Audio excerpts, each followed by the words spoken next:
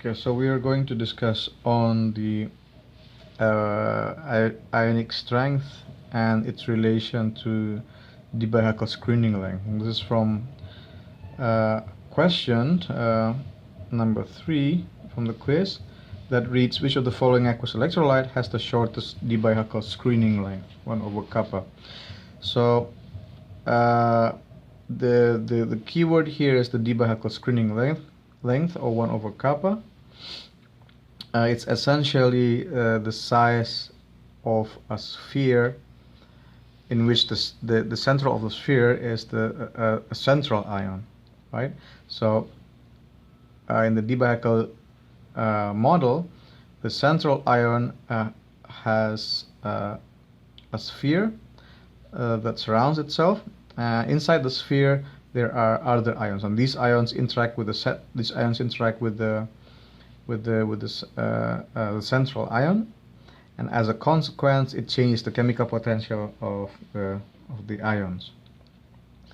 Now, the formula for the kappa, right? So is 2.91 times 10 to the power of 8 square root of ionic strength over epsilon r, permittivity of the solvent, times the density of the solvent. Or for water at 298 Kelvin, the kappa is equal to 3.29 times 10 to the power of 9 times square root of ionic strength. So we are interested to find 1 over kappa, that's the Debye-Huckel screening length, and we know from this equation that kappa is proportional to the square root of ionic strength.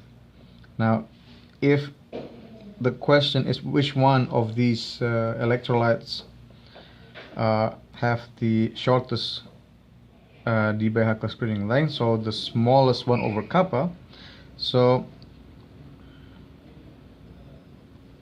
this means that kappa should be the largest.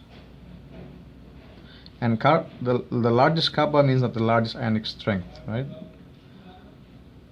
Largest ionic strength. So how do we calculate I? It's very simple.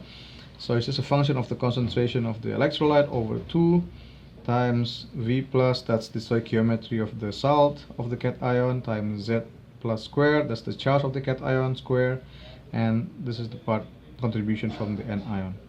Now, if you look at the options, we have here 1 to 1 ion, 1 to 2 salt, and 1 to 2 also salt, and this is 1 to 3 and 1 to 2. Okay. So between these two, or between the 5 options, so we know that these 3 are large because they have the largest M, right? The largest concentration. So as compared to these 2, they are very low. So then these 3 could be potentially the answer. So we just have to find to calculate the ionic strength from their charge. Okay.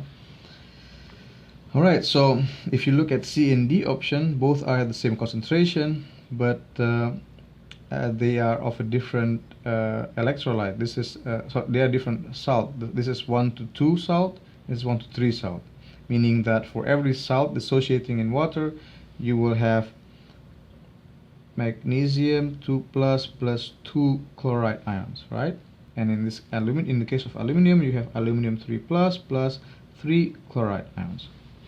Okay, so it's immediately clear that for aluminum chloride, the V and Z are larger, so that makes this term larger as compared to C.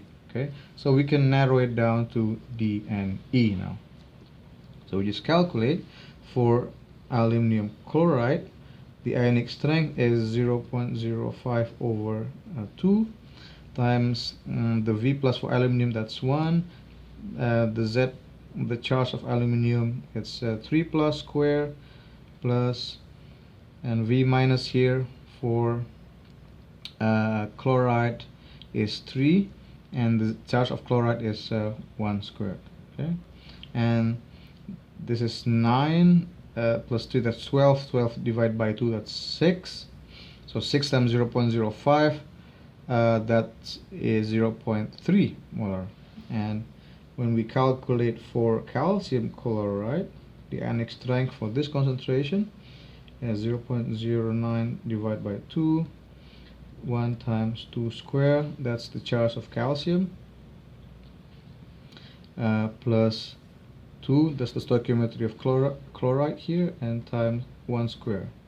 Okay, that's 4 plus 2, that's 6. 6 divided by 2, that's 3. 3 times 0.09, that's 0.27 m.